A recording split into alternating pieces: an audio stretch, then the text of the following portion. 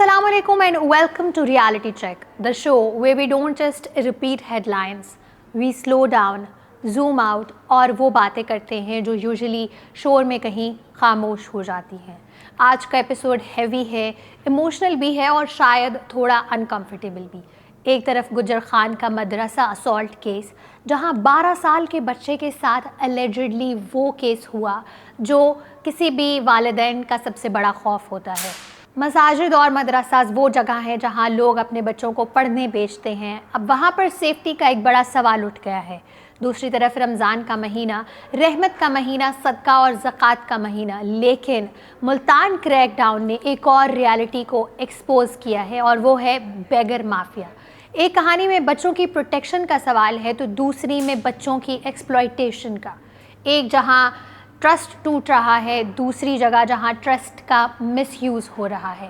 آج ہم صرف نیوز ڈسکس نہیں کریں گے، ہم بات کریں گے ذمہ داری کی، انسٹیٹیوشنز کی بھی اور اپنی بھی۔ چلیے شروع کرتے ہیں۔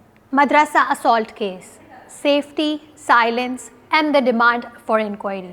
آج ہم بات کر رہے ہیں ایک ایسے انسیڈنٹ کی جس نے راولپنڈی ڈویژن اسپیشلی گجر خان میں گہری بے چینی پیدا کر دی ہے۔ رپورٹس کے مطابق ایک 12 سال کا مدرسہ اسٹوڈنٹ اللیجڈلی مسجد کی حدود کے اندر اسالٹ کا شکار ہوا۔ ایف آئی آر بچے کے والد کی کمپلینٹ پر رجسٹر ہو چکی ہے اور انسیڈنٹ کے مطابق بچہ نماز کے لیے گیا تھا اور وہاں یہ واقعہ پیش آیا۔ یہاں یہ صرف ایک کرمنل کیس نہیں، یہ ٹرسٹ کا ایشو ہے۔ لوکل پولیس نے کیس فوراً رجسٹر کیا۔ اسٹینڈرڈ پروسیجر کے مطابق میڈیکل فورینزک ایگزامینیشن بھی کنڈکٹ کیا گیا ہے کیونکہ ایسے کیسز میں فزیکل ایویڈنس بہت ضروری ہوتا ہے۔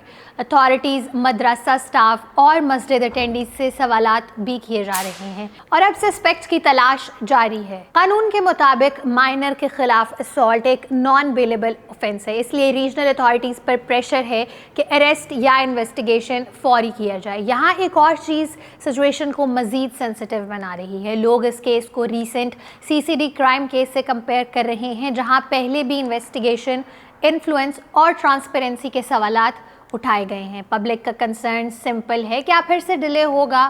کیا پھر سے فیکٹس ہاف کلیئر رہیں گے؟ کیا پھر سے نیریٹو چینج ہوتا رہے گا؟ اس لیے سوشل میڈیا اور لوکل سرکلز میں جوڈیشل انکوائری کی ڈیمانڈ اٹھ رہی ہے۔ لوگ کہہ رہے ہیں کہ پولیس انویسٹیگیشن اپنی جگہ، لیکن ایک انڈیپینڈنٹ جوڈیشل پروب کریڈیبلٹی کے لیے کافی ضروری ہے۔ مسجد، مدرسہ یہ وہ جگہ ہیں جہاں والدین اپنے بچوں کو بغیر کسی ہچکچاہٹ کے بھیجتے ہیں۔ اگر وہیں پر سیفٹی پہ سوالات اٹھائے جائیں تو یہ ایشو صرف FIR کا نہیں رہتا، کمیونٹی کے اندر شوق اور فیئر اس وقت دونوں ہیں۔ اس وقت ضروری ہے کہ اسپیکولیشن سے زیادہ فیکٹس پر فوکس کیا جائے۔ ایکیوزڈ کی آئیڈینٹی ارلی سٹیج پر ڈسکلوز نہیں کی جا رہی جو انویسٹیگیشن کے لیے نارمل پروسیجر ہے، لیکن ٹرانسپیرنسی اور ٹائملی اپڈیٹس بھی اتنی ہی ضروری ہیں کیونکہ پبلک کا ٹرسٹ تبھی ریسٹور ہوگا جب انویسٹیگیشن کلیئر ہو اور جسٹس ویزیبلی ڈیلیور کیا جائے۔ کیا ریگولر پولیس پروب سفیشینٹ ہوگی یا جوڈیشل انکوائری ہی وہ سٹیپ ہے جو ڈاؤٹس کو ختم کر سکتی ہے؟ CCD کیس کے بعد عوام زیادہ الرٹ ہے۔ اب لوگ کیس رجسٹرڈ سن کر سیٹسفائی نہیں ہوتے، ان کا سوال سمپل ہے، کیا انصاف ملے گا اور کیا اس دفعہ بنا ڈیلے انصاف مل پائے گا؟ یہ کیس صرف گجر خان کا نہیں، یہ اکاؤنٹیبلٹی اور چائلڈ سیفٹی کا نیشنل ٹیسٹ بھی بن سکتا ہے۔ ہم اپڈیٹس مانیٹر کرتے رہیں گے۔ رمضان کا مقدس مہینہ چل رہا ہے، یہ وہ وقت ہے جب دل نرم ہوتے ہیں، ہاتھ کھلے ہوتے ہیں اور لوگ خیرات دینے میں سب سے آگے ہوتے ہیں، لیکن اسی مہینے میں ایک اور ریئلٹی سامنے آ رہی ہے۔ ملتان میں 2 مارچ 2026 کو پنک اسکواڈ نے جو کریک ڈاؤن کیا اس نے ایک انکمفرٹیبل سوال کو اٹھایا ہے۔ کیا ہم واقعی ضرورت مندوں کی مدد کر رہے ہیں یا ایک آرگنائزڈ مافیا کو فنڈ کر رہے ہیں؟ ریسرچ اور 2026 کے ایسٹیمیٹس کے مطابق پاکستان میں 25 سے 38 ملین لوگ بیگنگ سے لنکڈ ہیں۔ یہ صرف سروائیول نہیں، یہ ایک اسٹرکچرڈ نیٹ ورک بن چکا ہے۔ ایک پروفیشنل بیگر کراچی میں تقریباً 2000 تک کما لیتا ہے، لاہور اور اسلام آباد میں تقریباً 950 سے 1400 کے درمیان۔ یہ رقم ڈیلی ویج مزدور سے زیادہ ہے، مطلب جو سچ میں مزدوری کر رہا ہے وہ شاید کم کما رہا ہے اور جو سگنل پر کھڑا ہو کر مانگ رہا ہے وہ زیادہ۔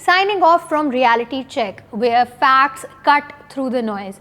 Catch you in the next episode. Thank you.